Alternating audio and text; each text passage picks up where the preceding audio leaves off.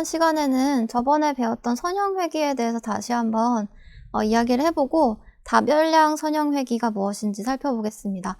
그리고 마찬가지로 경사강법을 통해서 다별량 선형회귀를 푸는 방법에 대해서 살펴볼 거고요. 다항회귀가 무엇인지도 간단하게 보도록 하겠습니다. 먼저 우리가 지난 시간 배웠던 선형회귀 예제를 이제 동일한 예제를 다시 가지고 왔는데 이때 제가 보여드렸던 것은 주택 면적이 커지면 가격도 커지는 방향으로 이런 양액 상관관계를 갖는 이런 샘플들이 존재를 했었는데, 그래서 이 샘플들을 최대한 만족시키는 직선 모델을 찾기 위해서 일단 기본적으로 모델을 이렇게 1차당식으로 표현을 하는 모델을 선정을 한다라고 했어요. 그래서 우리가 하고 싶은 거는 이런 식으로 피팅이 되는 직선을 찾는 게 우리의 목적이었고, 근데 이때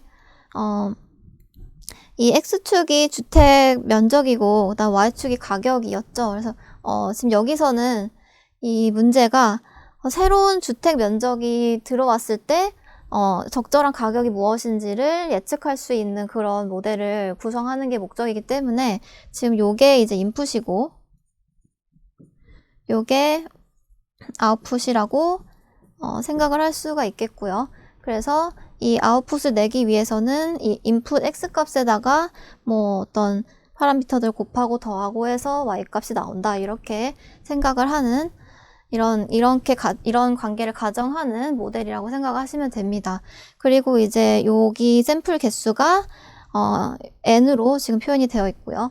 그래서 여기 이제 빨간 점들이 다 샘플이라고 할 수가 있죠. 근데 사실은 우리가 이 주택의 가격이라는 것이 단순히 이제 면적으로만 정해지는 건 아니잖아요. 그렇기 때문에 사실은 다양한 피처들이 또 있을 수가 있습니다. 그쵸? 그래서 예를 들면 지금 여러 가지 피처들로 여기선 침실의 개수, 이게 이제 X1이라고 할까요? 그리고 거실, 그 다음에 연식이 어떻게 됐는지 이런 식으로 여러 가지의 피처들이 있어서 결과의 가격이 정해지는 그런 경우일 수도 있죠. 그렇죠? 그래서 이렇게 여러 개의 X값들이 존재를 하는 경우, 이게 우리가 이제 멀티플 베리어블을 사용하는 리니어 리그레션이다 라고 이야기를 할 수 있고요.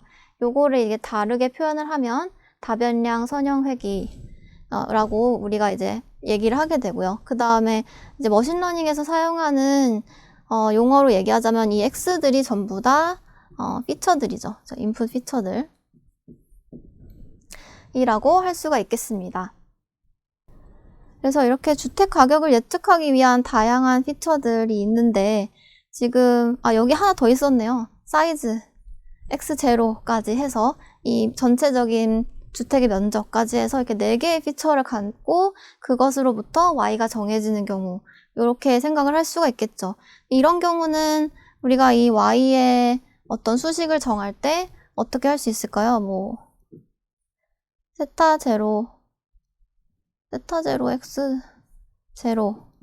세타1 X1, 세타2 X2, 세타3 X3, 그 다음에 추가로 그냥 X와 관계없는 다른 바이어스 같은 다른 세타 하나 추가, 이렇게 우리가 모델을 간단하게는 이렇게 정할 수가 있겠죠. 그래서 이런 경우 우리가 다별량 선형회귀라고 한다라고 생각하시면 되겠습니다.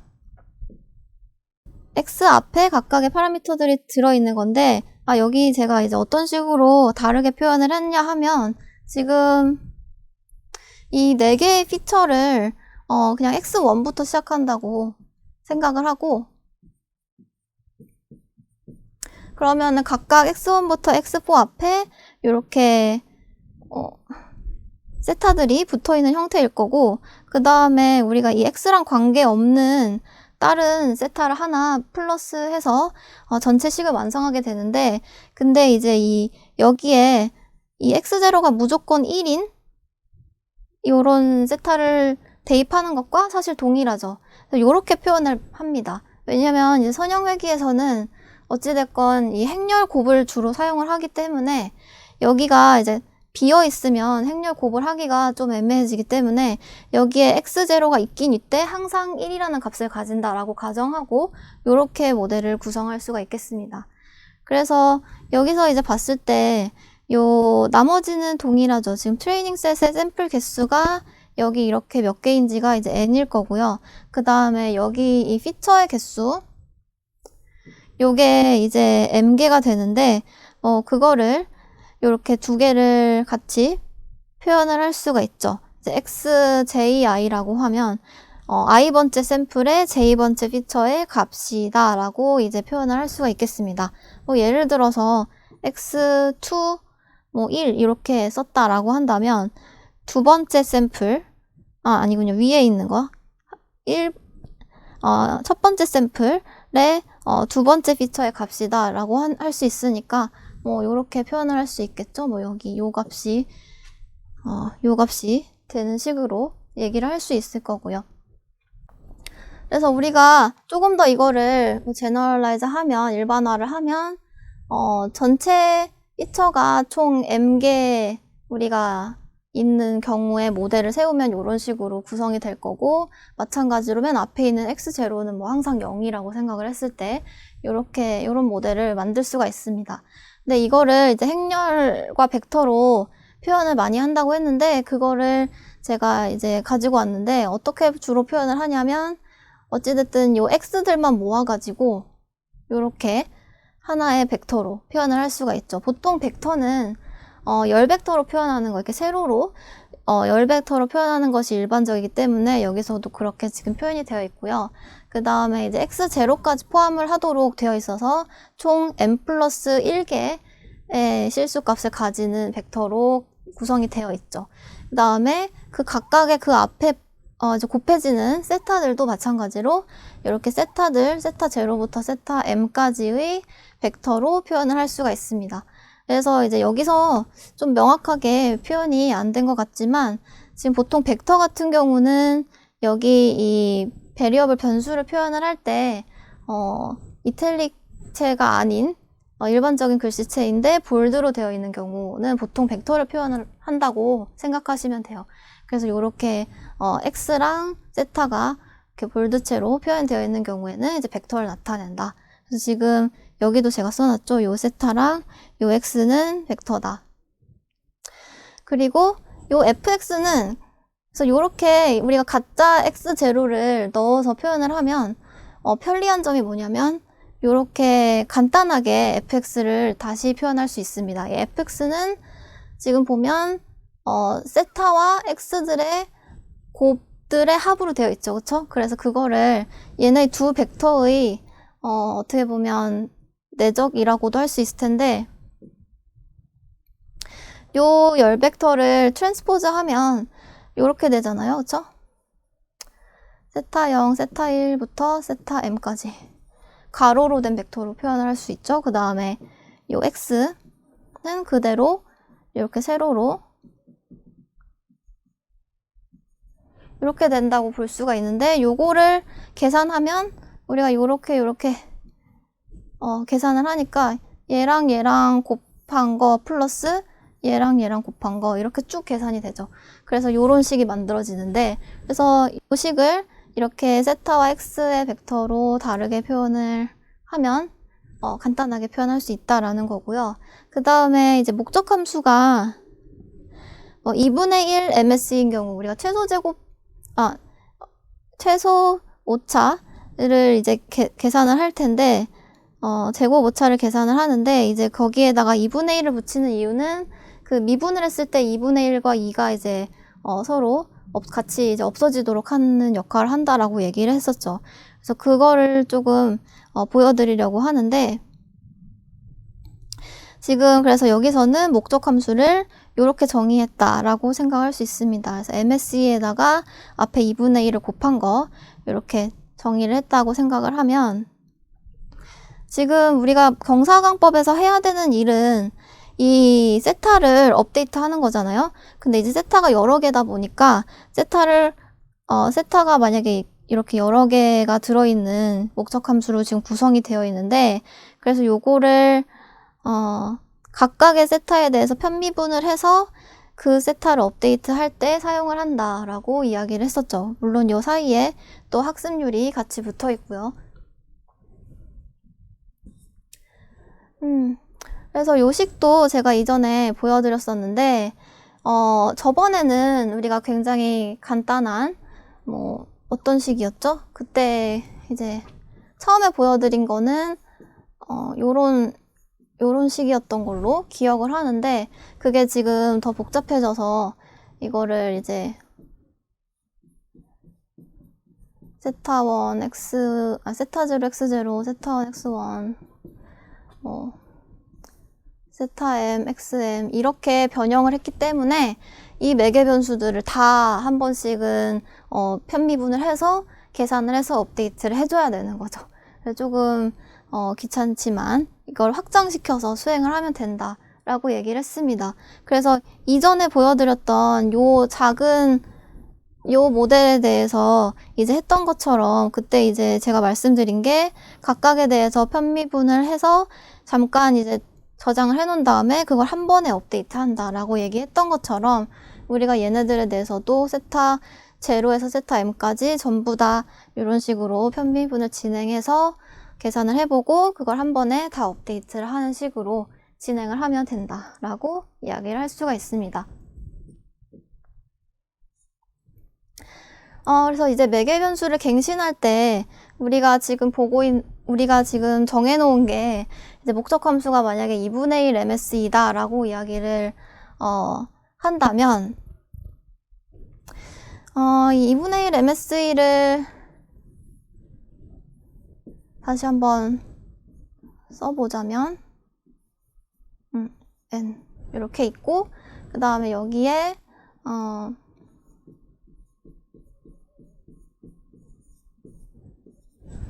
이렇게 된 값이죠. 그쵸? 2분의 1 MSE라는 것이 전체 샘플 i가 1에서 n까지에 대해서 요 오차들을 계산해서 제곱한 다음에 다 평균을 낸 거, 거기다 이제 2분의 1을 곱한 것일 텐데 요거를 우리가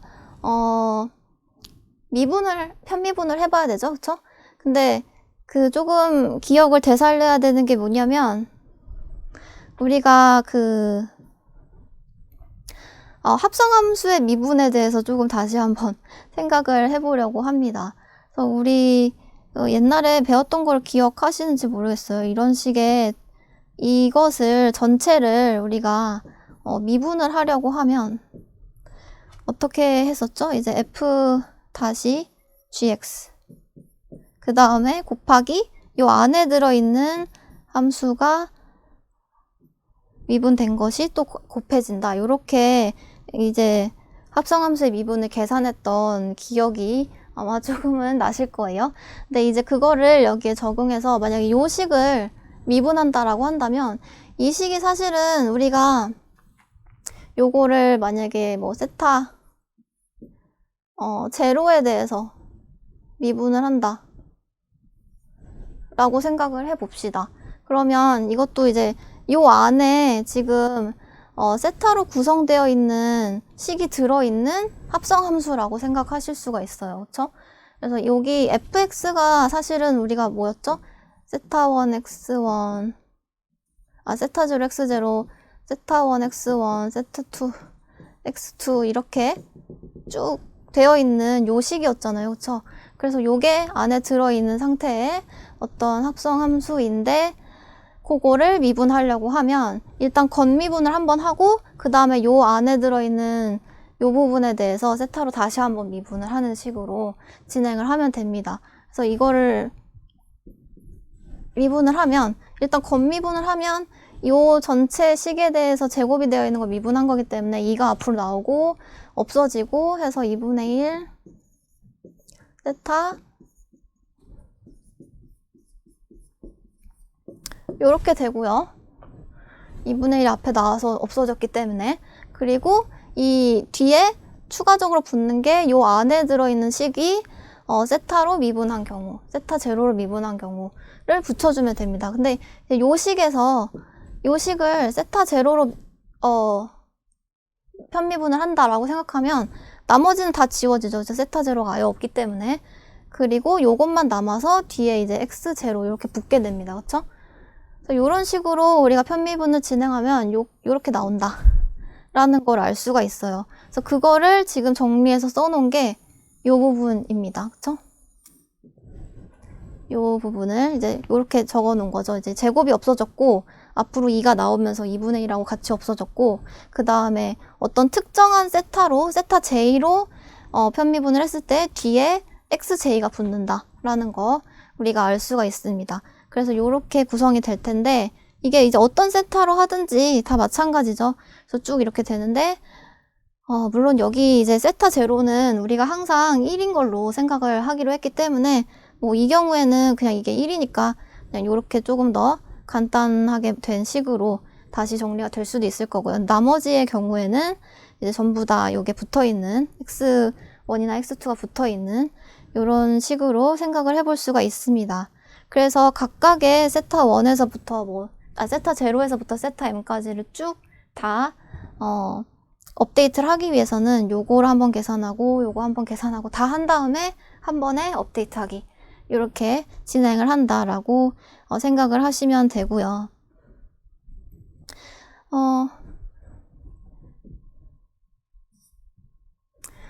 그리고 이제 경사각법을 우리가 이제 여러 개의 x가 있을 때 어떻게 진행하는지를 살펴봤는데 이제 또 그 외에 좀 주의해야 될 점이 있다면 이 모든 피처들이 이제 동일한 범위가 되도록 좀 스케일링을 먼저 해주는 게 좋다라고 이야기를 하고 있습니다. 이게 지금 만약에 피처가 두 개가 있는데 x1하고 x2가 있다. 근데 얘네들의 범위가 너무 달라서 이제 x1은 주로 여기에서 여기 사이에 있고 x2는 여기서 여기 사이에 넓게 분포하고 있다면 우리가 목적 함수의 그 등고선을 그려봤을 때 어떤 식으로 진행이 되냐면 요렇게 될 거예요. 그래서 x가 요런 상태에서 우리가 어떤 지점에서 시작해서 점점 답을 찾아가는 식으로 이렇게 진행이 될 텐데 이렇게 하면 이제 x1 같은 경우는 크게 변동이 못 되고 이제 x2가 크게 변하면서 이렇게 찾아가는 게 될 거고 근데 요거보다는 우리가 이 피처들을 스케일링을 해줘서 뭐 예를 들어서 -1과 1 사이의 범위로 전부 다 맞춰준다고 한다면 흔히 생각할 수 있는 거는 이 x1의 값을 각각의 값에다가 이런 식으로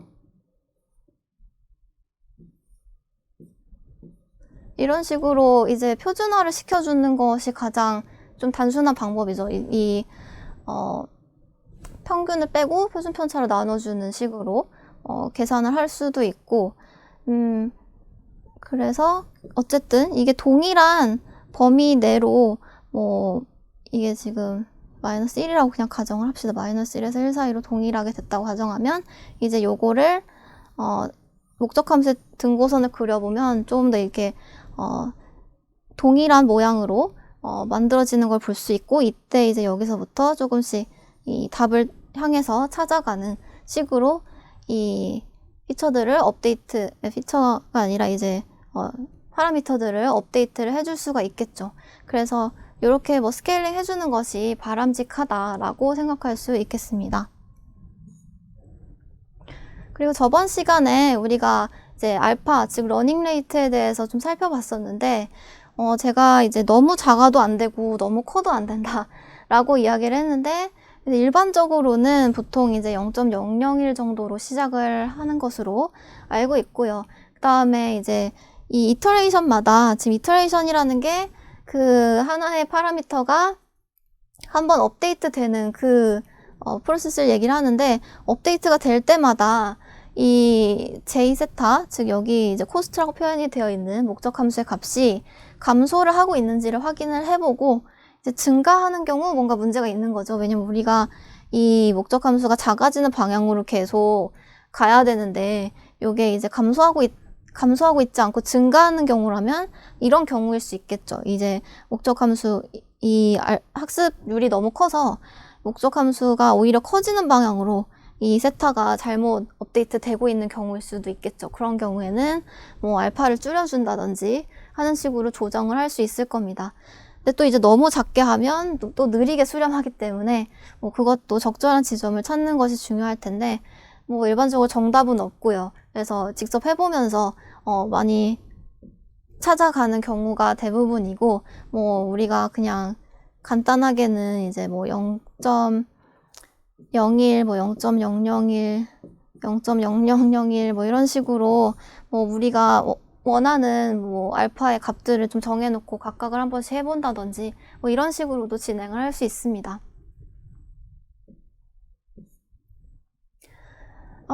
그래서 일반적으로는 이 경사강법을 진행을 할 때 우리가 저번 시간에 얘기했던 것처럼 그 선형 획이 문제가 아니라면 뭐 로컬 옵티멈에 빠질 수도 있고 또는 이제 점점 찾는데 좀 시간이 많이 걸릴 수도 있죠. 그렇기 때문에 이 어느 정도 선에서 이 학습을 멈춰야 되는 경우들이 있는데 일반적으로는 이 목적 함수가 한 이터레이션이 지났을 때 너무 조금 감소한다. 그러니까 결국에는 우리가 거의 다 해를 찾아서 이렇게 생긴 이제 J가 있다면 여기서 이제 사실은 세타를 한번 바꿀 때마다 처음에는 굉장히 많이 줄어들 텐데 이 목적 함수의 값이 근데 점점 정답에 다가가면 갈수록 조금씩만 업데이트가 될 거예요. 그렇기 때문에 이게 충분히 학습이 돼서 이게 굉장히 적게 업데이트가 되는 경우, 그러니까 적게 감소하는 경우에는 그냥 이 정도로 이제 학습을 멈춘다라고도 할 수 있겠습니다.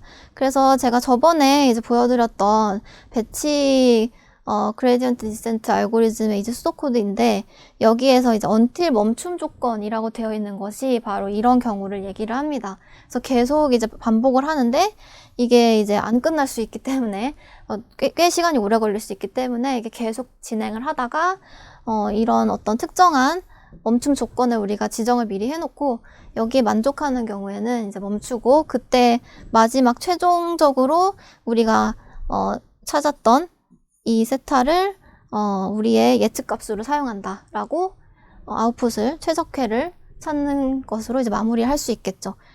그래서 제가 저번에도 말씀드렸듯이 이제 위에 이렇게 해시 붙은 것은 이제 진짜 답이라기보다는 우리가 추정한 해인 경우에 이렇게 표현을 한다라고 이야기를 드렸어요.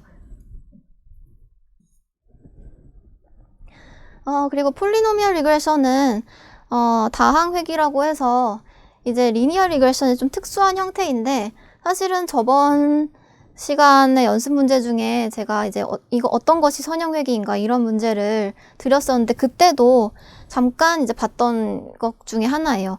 예를 들어서 지금 이 사이즈가 사실은 인풋 피처인데 이것이 그냥 x 형태로 들어가는 게 아니고 x 제곱 형태로 이 회귀식을 만드는 경우 이런 식으로 구성이 됐다면 이제 요거는 다항식으로 구성된 거기 때문에 다항획이라고 할 수 있죠.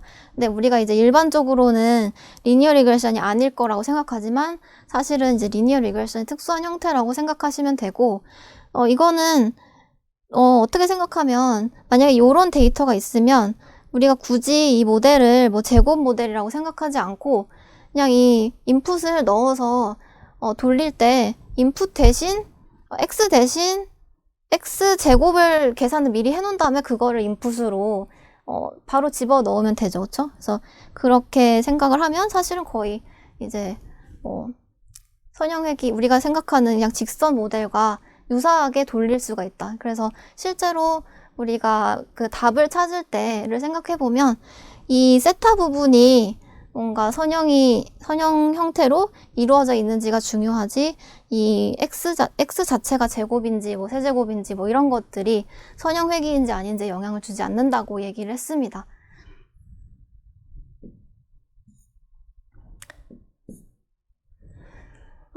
그래서 오늘 이제 얘기한 것들 중에 이제 다중 선형 회귀가 있고요. 또 다변량 선형 회귀가 있는데 다중 선형 회귀는 제가 말씀 안 드리고 다변량 선형회귀에 대해서 설명을 드렸는데, 이제 유사한 이름이 좀 비슷한 것 중에 제가 좀 헷갈릴 만한 걸 가지고 왔어요. 그래서 다변량 선형회귀가 오늘 우리가 배운 것처럼 x가 2개 이상의 독립변수 구성되어 있는 경우를 이야기를 하고요.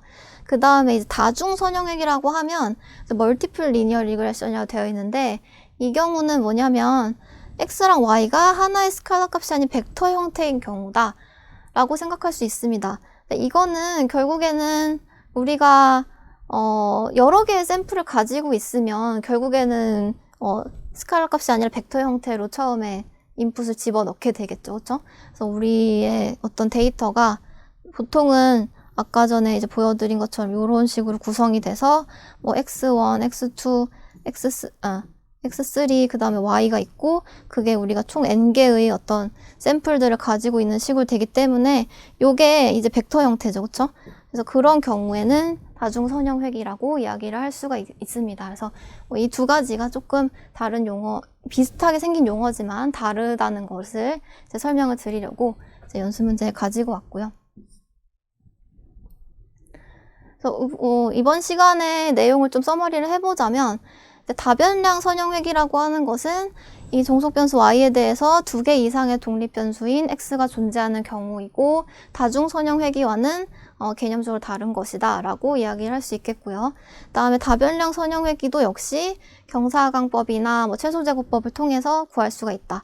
최소제곱법은 아직 제가 설명 안 드렸는데 다음 시간에 다시 설명을 드리도록 하겠습니다. 그리고 머신러닝 용어로 표현했을 때 이 독립변수 x는 우리가 특징, 피처라고 하는 것을 의미한다. 그리고 일반적으로 이 피처의 값들은 다양한 정규화 방법을 통해서 이 동일한 범위, 뭐 예를 들면 -1에서 1 사이로 변경을 해서 사용하게 된다라고 할 수 있겠고요. 그 다음에 경사각법의 학습률 알파와 멈춤 조건에 따라서 결과가 달라질 수 있다. 그래서 적절하게 뭐 학습률 알파라든지 멈춤 조건을 설정을 하는 것이 중요하다라고 이야기할 수 있겠습니다.